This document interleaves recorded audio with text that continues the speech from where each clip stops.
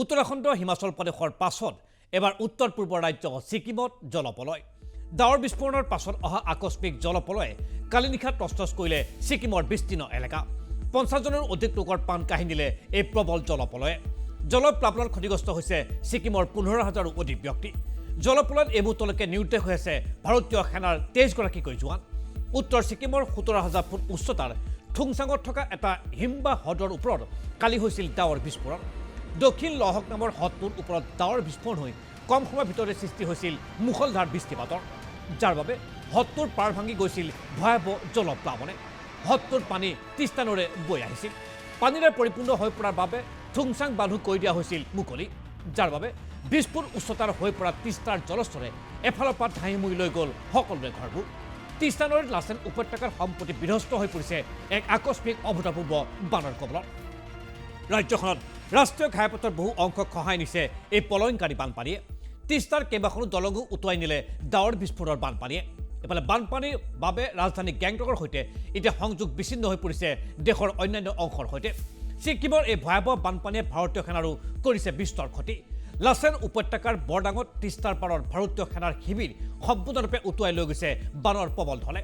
শিবিৰত থকা 23জন বান সেনা জোৱানে আকস্মিক বানৰ পৰা আত্মৰক্ষা কৰিবলৈ কোনো সুযোগেই লাভ নকৰিলে চকুৰ পছৰতে বানৰ ঢলে উটুৱাই লৈ গ'ল জোৱানসকলক নিৰুদ্দেশ হোৱা সৈনিকসকলৰ লগতে সাধাৰণ নাগৰিকসকলক সন্ধান উলিয়াবলৈ ইতিমধ্যে অভিযান অব্যাহত ৰাখিছে NDRFৰ জোৱানে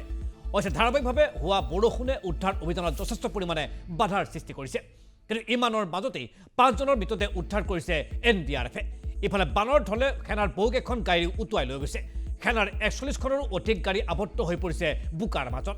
ছিকিমৰ কালি নিশাৰ জলপ্লাৱনে ৰাজ্যখনৰ ভয়াৱহ ভৱিষ্যতৰ ইংগিত বহন কৰিছে কাৰণ ৰাজ্যখনৰ হিমালয়ৰ উচ্চ এলেকাত আছে 14টাকৈ হিমবাহ হ্ৰদ ডাৱৰ বিস্ফোৰণৰ পৰিস্থিতিত এনে প্ৰতিটো হ্ৰদৰে পাৰ ভাগি জলপ্লাৱন হোৱাৰ আশংকা ঘনীভূত হৈছে তদুপৰি গোলকীয় উষ্ণতাৰ বাবে হিমবাহৰ তুষাৰ গলি অহাৰ বাবে এনে হ্ৰদসমূহত জলস্তৰ বৃদ্ধি পাবলৈ আৰম্ভ কৰিছে গতিকে উত্তৰ পূৰ্বৰ ৰাজ্য ছিকিম বৰ্তমান জলবোমাৰ ওপৰত আগন্তুক সময়ত অধিক ভয়ংকৰ জলপ্ৰলয়ে ছিকিমৰ অধিক লোকৰ প্ৰাণহানি কৰাৰ সম্ভাৱনা দেখিবলৈ পোৱা গৈছে আহক চাওঁ ছিকিমত সৃষ্টি হোৱা জলপ্ৰলয়ৰ কেতবোৰ বিশেষ দৃশ্য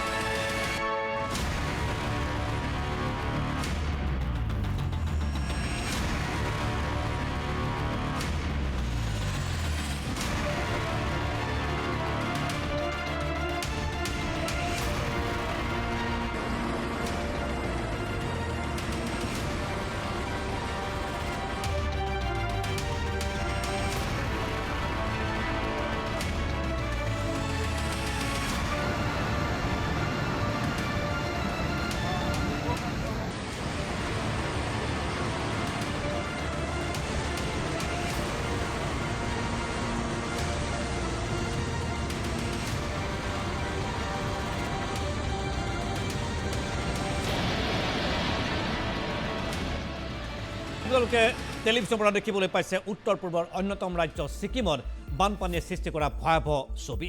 আহক চাওঁ এই বান পৰিস্থিতি সম্পৰ্কত কি ক'ব খুজিছে ছিকিমৰ কেইবাগৰাকীও স্থানীয় ব্যক্তিয়ে আহক চাওঁ তেওঁলোকৰ বক্তব্য हम लोग का कंडीशन बहुत बुरा है अभी रात से 2 बजे तक नहीं सोया है अभी डैम बढ़ गया ऊपर से मैसेज आया था तब से हम लोग नहीं सो रहे हैं इतना भयंकर अवस्था खोला का बड़े बड़े अवस्था रोड तक पानी आया हम लोग रोड पर नहीं आया गांव में कितना बीमारी आदमी है कितना पैरालाइज हुआ आदमी है बच्चा बुच्ची है